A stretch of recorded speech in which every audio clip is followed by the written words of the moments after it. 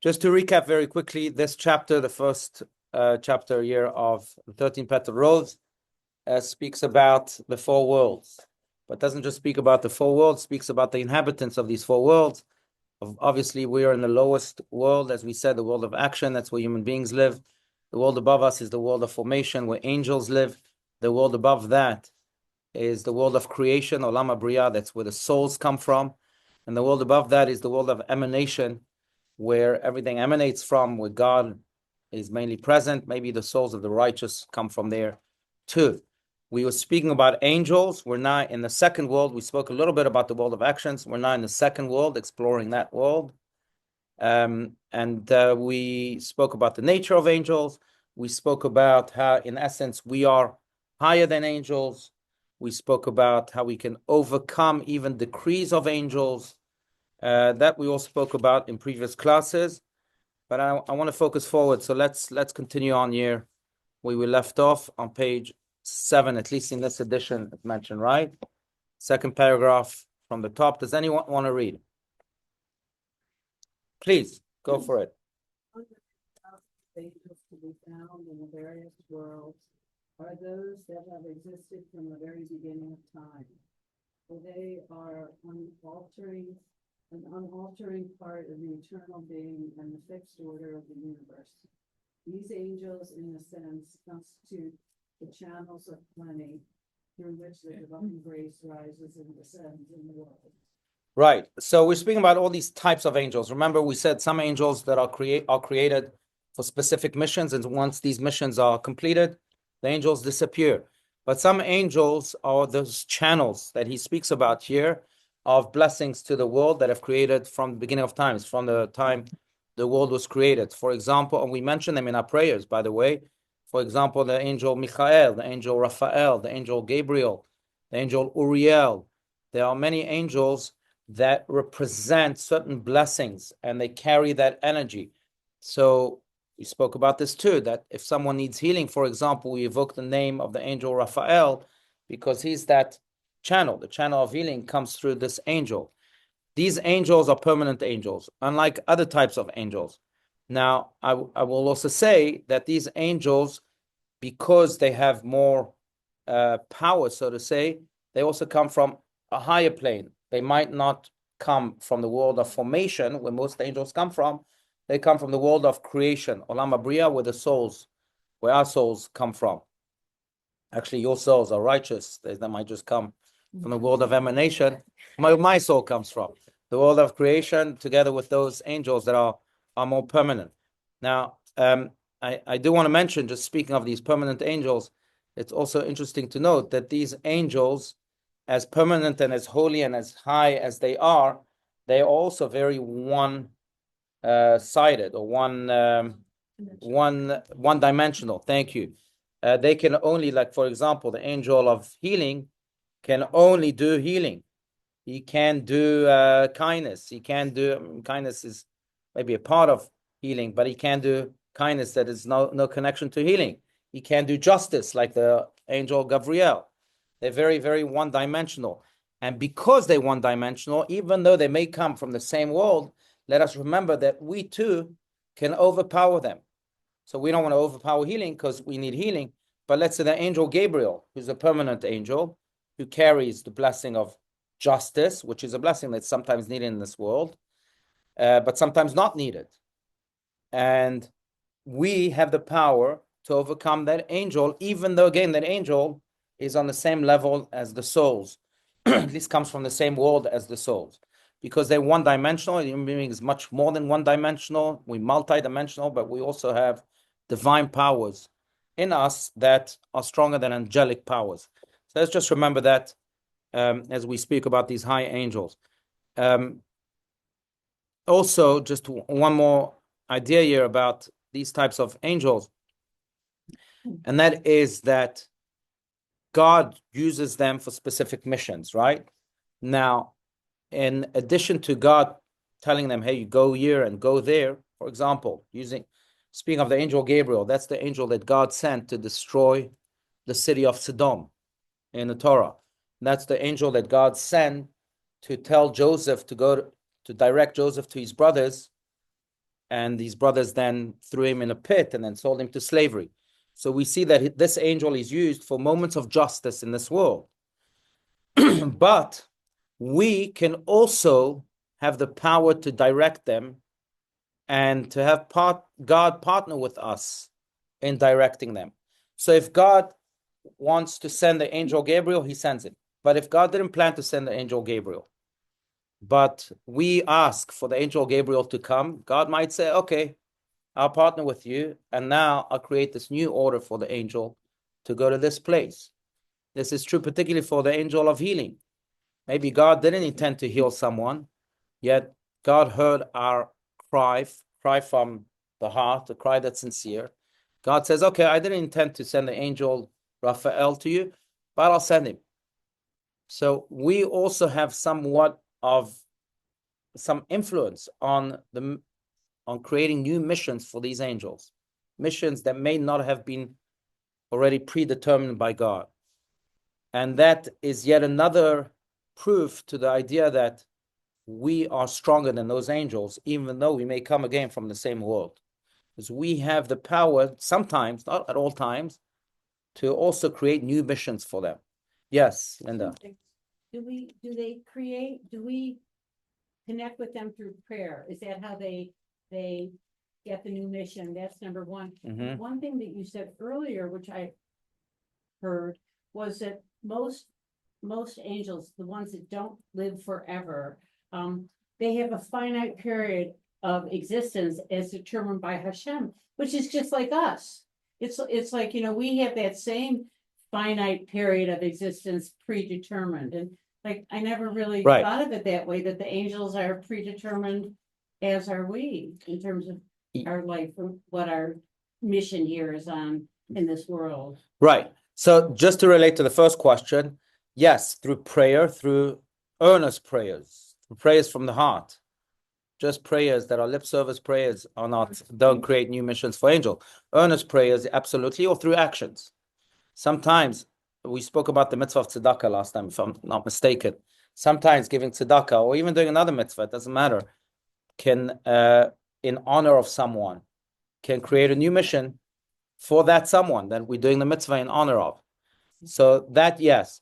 Now, relating to your second point, you're right, there is a similarity here between the angels having their own finite creation as we do. The only difference is that our body has finite creations. Our souls live on forever, while the angels, their entire existence are finite, if God decides for them to be finite. Yeah. The Talmud says that there are 3 keys that God holds close to his heart, and he doesn't reveal them to mankind. Key number 1 is how long we will live. Key number 2 is the key of birth, who will have the fortune to give birth, who will not. And key number 3 is the key of parnassah, of livelihood. How much money will we make? How much we want? There's a lot of luck involved in that. We call it luck, but it's God keeping that key to himself. Actually, I was just speaking to Shiri Etzioni, which many of you may know, but she's a hospice doctor here at Mayo. Speaking to her yesterday about a patient, but she tells me that she's been in this business, quote unquote, for 30 years. I was asking her about a patient who seems to be dying any moment. If she can predict, she says, I've been in this business for 30 years, I can never predict. Reinforcing this idea that really God keeps this key to himself. Quite amazing. But anyway, that's to speak about, yes, that finite aspect of our creation, but that infinite aspect also as well when it comes to the soul. Rabbi, I have a question about Gabriel, Yes. the angel of justice. Mm-hmm. I always have trouble with this angel. Mm-hmm. Why? Well, what is justice? Now, in the case of Sodom, the people. Oh, I'm sorry. Yes. Sorry. Okay, I apologize. No, go for it, Gila. It's a good question. I'm sorry. And it's a personal one for me because my middle name is Gabriel. Right. So my yeah. question. So first I said I have trouble with this angel. I really do. The angel of justice, the angel Gabriel. Why? Because this angel can be very harsh at times, And sometimes we may not even understand why. In the case of Sodom, we think we understand because the people were corrupt. And Hashem said, okay, I'm getting, you're finished. So there's a lot of complexity to this angel. So without saying anything else about our current times, Right. is this angel involved? Right. Was he involved in the wildfires of California last week or this week? Still, not 100% contained. That's a good question, but that's looking at the extreme missions that this angel has. So many times the answer is simply we don't know. Finite being can't always understand the infinite God, and we have to recognize that. We have to try and understand him, but sometimes there's a limit to our understanding, even though we may think of ourselves as Einsteins. We still can't understand the infinite God. So for his extreme missions, when Gabriel is sent to extreme destructions, there's no way we can understand that.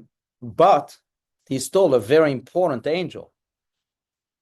For the non-extreme missions, I see exactly why he's so needed, right? If all we had, just as individuals, if all we had is kindness, that kindness can also be destructive. If you say yes to your child all the time, you've destroyed him. You haven't really built his character or been a good educational role model, because your child needs to learn the value of no. And that's true in almost every aspect of life. So Gavriel, a little bit of justice is good. And in many ways, it's sometimes even more important than kindness, than the yeses, than Michael, which is kindness, right? Yes. But Gabriel does what destructive because Hashem allows it, Hashem sensing, not on his own, right? Absolutely. Angels are robotic. So they can decide on their own. Right.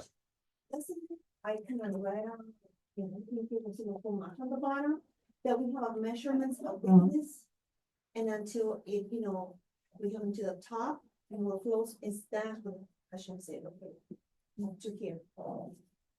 I don't know about that analogy. I do know about Maimonides, who says that we should consider this world at every given moment as a world in which we can tip the scale of goodness versus evil. And by doing a mitzvah, we tip the scale and bring about that ultimate redemption. God is waiting for that last mitzvah, and that will tip the scale. So maybe that's what you're referring to. But the overflowing. In Egypt, they had a limit of weakness against the Jewish nation. Once, pharaohs and everybody hit their limit of weakness, then it came out the redemption. So that was right. It could be. I haven't heard of it, but it doesn't mean anything. It could be, but again, I don't know if we can ever comprehend, first of all, how God functions, and I also know that sometimes we don't have to wait for that limit. Sometimes redemption can come beforehand. The Talmud itself says that, in many ways, we read about this a few weeks ago when Jacob was about to die. He was gifted with this sense of prophecy where he saw when Mashiach will come, when the day of redemption will finally come. And he wanted to reveal it to his children. And as he's about to reveal it to his children, God takes that spirit of prophecy away from him, and he can't say it anymore. Now, why did God not want him to say it? I think the answer is clear. Jacob lived 3,500 years ago. If his children would have heard from Jacob that Mashiach will come in 3,500 years, because hopefully he's coming now any day, then they would have been very despondent. They would have said, what? We're going to have to suffer now through these exiles for 3,500 years. So God took away that sense of prophecy, that spirit of prophecy. But on the other hand, the Talmud says about this, that yes, the redemption can be predetermined. That day of redemption is already predetermined. But we have the strength to bring it closer. Even though God said, well, the redemption has to come today at 2 p.m., right now it's 1:34 p.m., through our learning right now, maybe we're tipping the scale and God is going to bring the redemption at 1:35 p.m.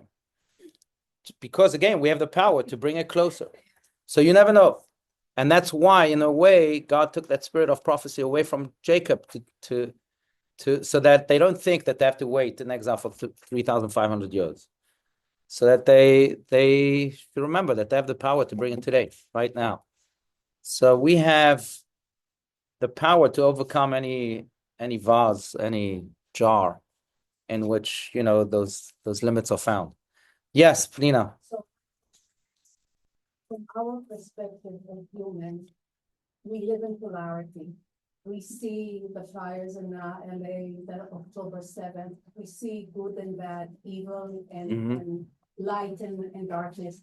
The question is, from their level, their dimension, is there good and bad, or they're just doing a mission and there's no judgment about it? That's a great question. That's a great question. Do angels discern between bad and good?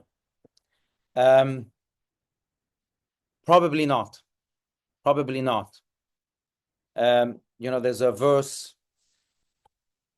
We evoke this verse on Yom Kippur where we say, "Emor lamalach heref yadecha."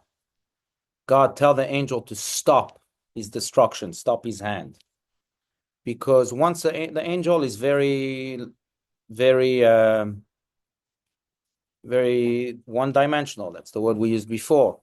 And once he's told to do something, he just does it doesn't know how to think, doesn't have that dimension. And therefore, he doesn't know how to discern between good and bad. He's told to go and destroy. And we have to evoke God and then say to God, you know what, stop. He doesn't understand. We can't rely on the angel. Do you understand? It's enough. The destruction has happened already. Now it's time for the good to happen. So I don't think based on this alone that the angels do have an idea of the difference between good and bad. I think in many ways, we say this going back to Yom Kippur. So one of the more dominant prayers on Yom Kippur is the prayer of Al-Chet, in which we bang on our chest and we say Al-Chet shechatanu lefanecha, on the sin that we sin in front of you, doing this and doing this and doing that and doing this and doing that. And one of these Al-Chet is that Al-Chet shechatanu lefanecha beyetzer hara. Sorry, God, on the sin that we sinned with our yetzer hara, with our evil inclination. Evil inclination, which also includes the evil forces within us, like the evil angels that come and carry on or carry out evil missions in us and through us. But the big question is, of course, that's how evil is performed, with the yetzer hara, with those evil forces. So what are we saying here to God? That we sinned with our evil inclination? Of course, that's how you sin. You can't sin with your good inclination, with the good angels. And one of the answers is indeed that sometimes the evil inclination is empowered by all these evil forces that know no end. All they want to do is destroy, because they can't distinguish between good and bad. They don't know the limit of that they have to reach for bad to be contained. So we say to God, we allow these evil forces to go all the way and to completely destroy the boundary between good and bad. And that's why we're saying this prayer. So that's yet another perspective on this. Yeah, that's why we need God. But again, we have the power. I've told the story of Rabbi Adin who once came. It's a very powerful story because we think that sometimes we have to be obedient and faithful, and we use all these words. But this story shows the exact opposite. The Rabbi Adin once came to his synagogue on Yom Kippur, and he goes to his place, and he's in a very serious mood, and he's covering his face with a talit, and people say, "Wow, must be something terrible that he's seeing in heaven that is causing him to be that way." And the Chazan is waiting for his okay, as he would wait every year to start the prayer, but it's not giving him the okay. And he's there for an hour and for 2 hours, and he's serious, and he's crying, and he's not starting the prayer. Finally, after 3 hours, Rabbi Adin turns to the Chazan, to the cantor, and smiles with a big face, a radiant face, and says to the cantor, "Now you can start the prayer." At the end of the prayer, all his Hasidim, all his disciples came and said, "What happened, Rabbi? You were very serious for 3 hours, and you were crying, and all of a sudden your mood changed." He said, look, there were terrible decrees in heaven. And I couldn't begin the prayer. I was asking God, stop. And I tried everything. And some of you tried everything because you noticed me that way and didn't help. And then there was a woman, the woman section, who said, God, are you going to behave like a murderer again this year towards your people? The woman said that. That woman said that. And when she said that, that annulled all of the bad decrees. And in many ways, you see, we have the power to evoke God through our most earnest prayer, even if it's a prayer of protest, which is demanded of us sometimes. And that can overcome any missions that the angel of justice may have, any decrees that God may have, and that may be carried by other types of angels.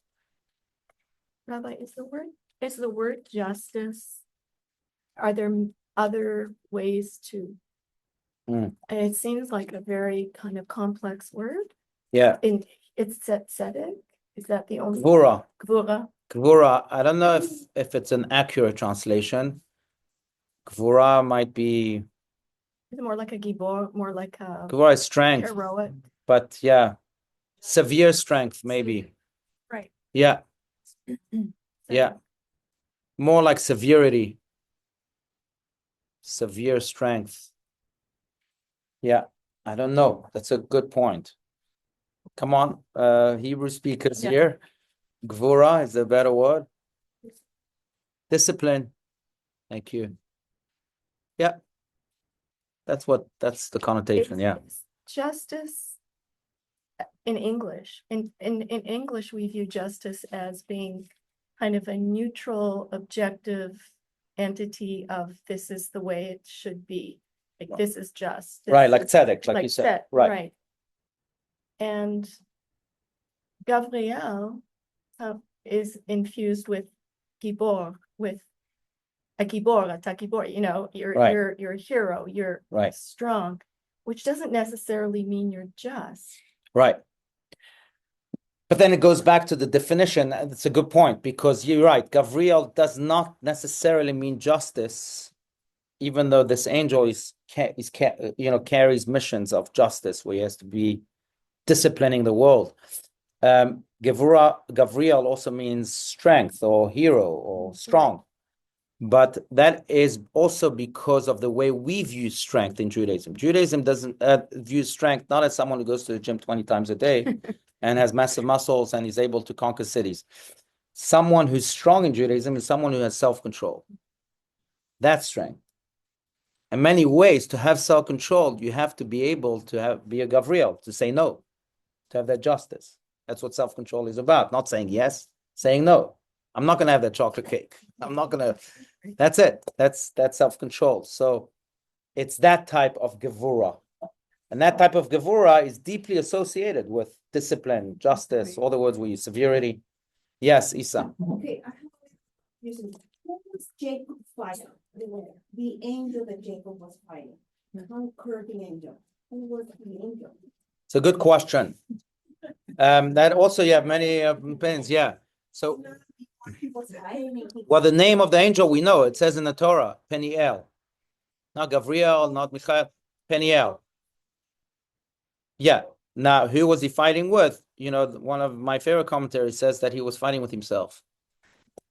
Jacob didn't embrace his full divine self until that point. When he finally did, that's when he became Israel. Israel is a revelation of his divine. So that's one opinion. Yeah. That's why his name was Peniel, which means the face of God. Face of God in you. He discovered his divine face. Once he discovered his divine face, then he became Israel. Israel, which means I've overcome. Because when you connect it to your divine self, you can overcome almost anything. Yeah. Yes, Hannah. I don't know if it's appropriate to ask this question, but. Every question is appropriate except for politics. Yes. Please. It's very interesting, Do Christians believe in the same kind, like they believe in Gabriel, right? Is it the same thing or like we? I don't know, you have to ask them. I don't know. I really don't know if they believe in the same. I mean, they do. Some ain't. Some faiths. Some. Oh yeah, I'm not a pastor. That's right. Some faiths do believe in angels. I don't know how they, what type of angels, like how they view angels. I can give you a few numbers of pastors I have and imams if you want, and you can ask them too. Yeah. Okay. All right. You know, the story about this person who comes to the rabbi and says, Rabbi, why do you do this in Judaism? Why do you do that in Judaism? And the rabbi is having a headache from all of this. And at one point, the rabbi says, you know what? I suggest you convert to Christianity.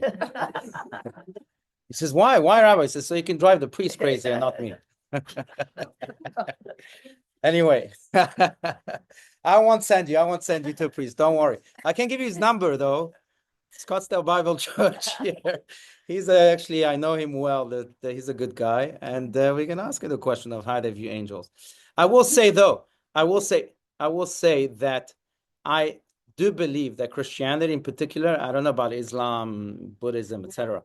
But I do know that Christianity in particular see angels as independent forces. That's why, for example, the Satan in Christianity is almost an independent force, divorced from God. He has his own powers. We don't believe that in Judaism. Everything is controlled by God. Even the Satan, seen as the most cruel angel, is controlled by God.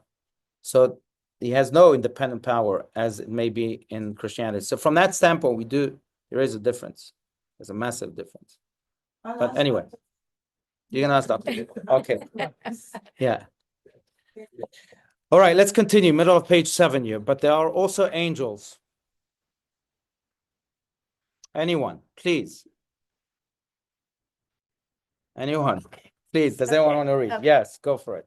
But there are also angels that are continuously being created anew in all the worlds, and especially in the world of action, where thoughts, deeds, and experiences give rise to angels of different kinds. Every, mitzvah that a man does is not only an act of transformation in the material world, it is also a spiritual act, sacred in itself. And this aspect of concentrated spirituality and holiness in the mitzvah is the chief component of that which becomes an angel.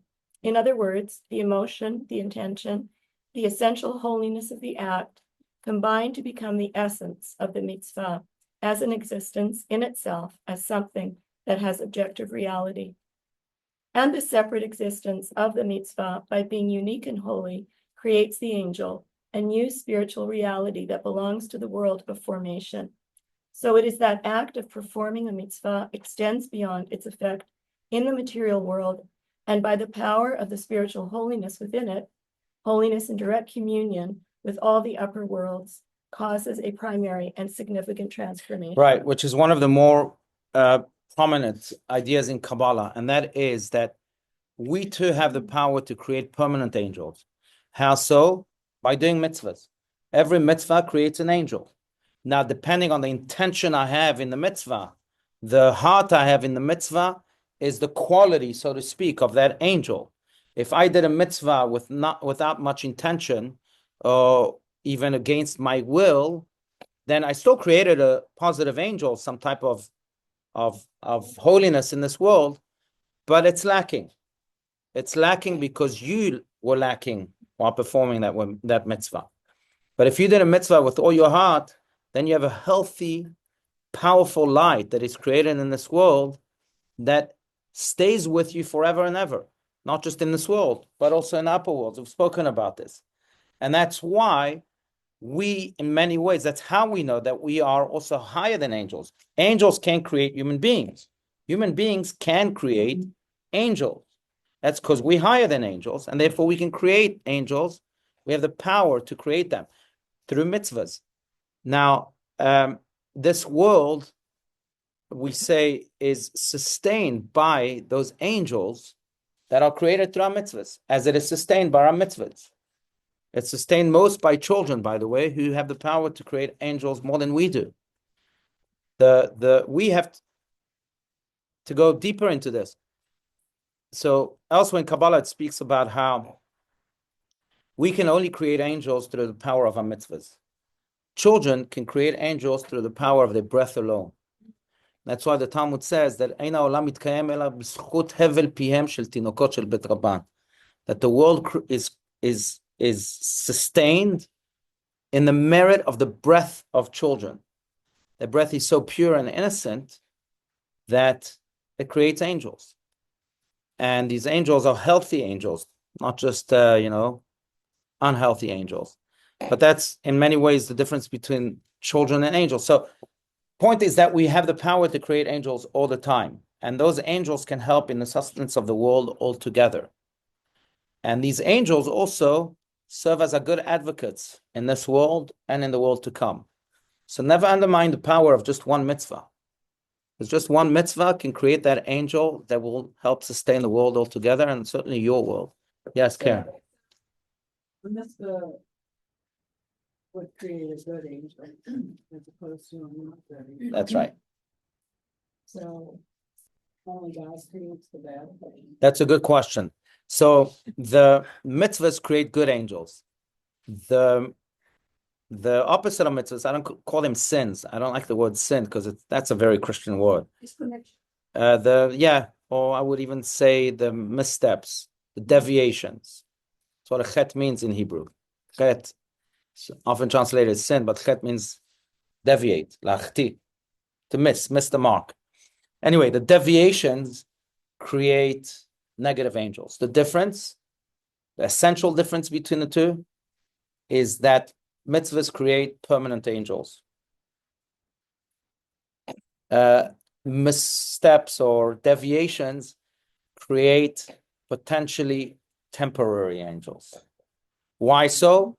Because if we do teshuvah, again, another word that's mistranslated, not if we repent, that's also deeply Christian, but if we return, that's what teshuvah means, return to our true selves, then these angels disappear. That's why the Talmud says that we should never give up on teshuvah. Even a person who's dying should do teshuvah.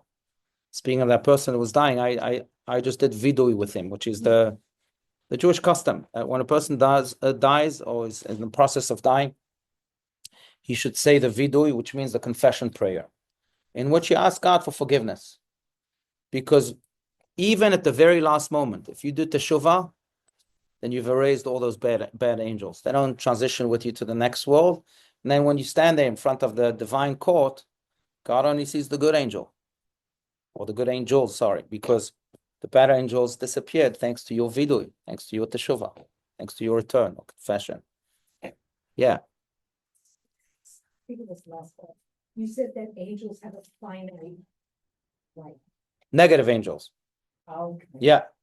So again, the angels that are produced through our deviations, missteps, or whatever you want to call them. Yeah.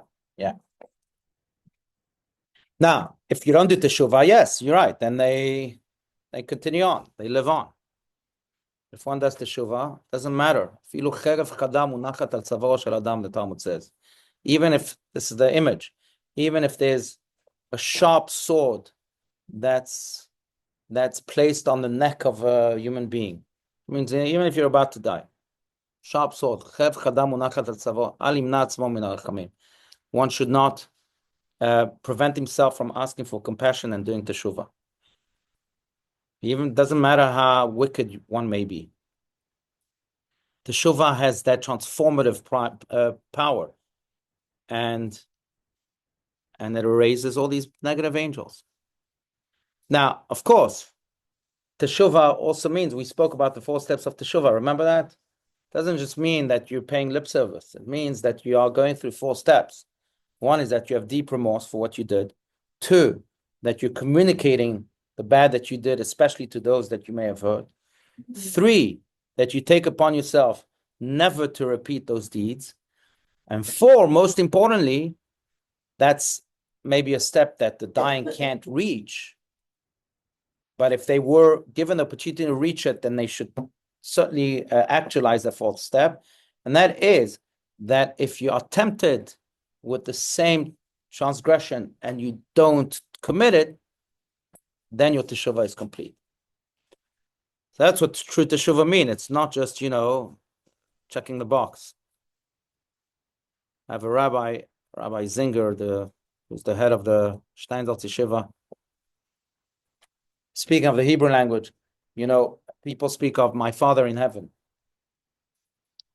And he likes to say that many people relate to Avi Shebashamayim, which is the words in Hebrew, my Father in heaven, Avi Shebashamayim, as the V Shebashamayim, not Avi, but Avi sounds like the V. They relate to God as, a God who expects you just to check boxes, but you really mean it? You don't mean it? No, as long as you check the boxes.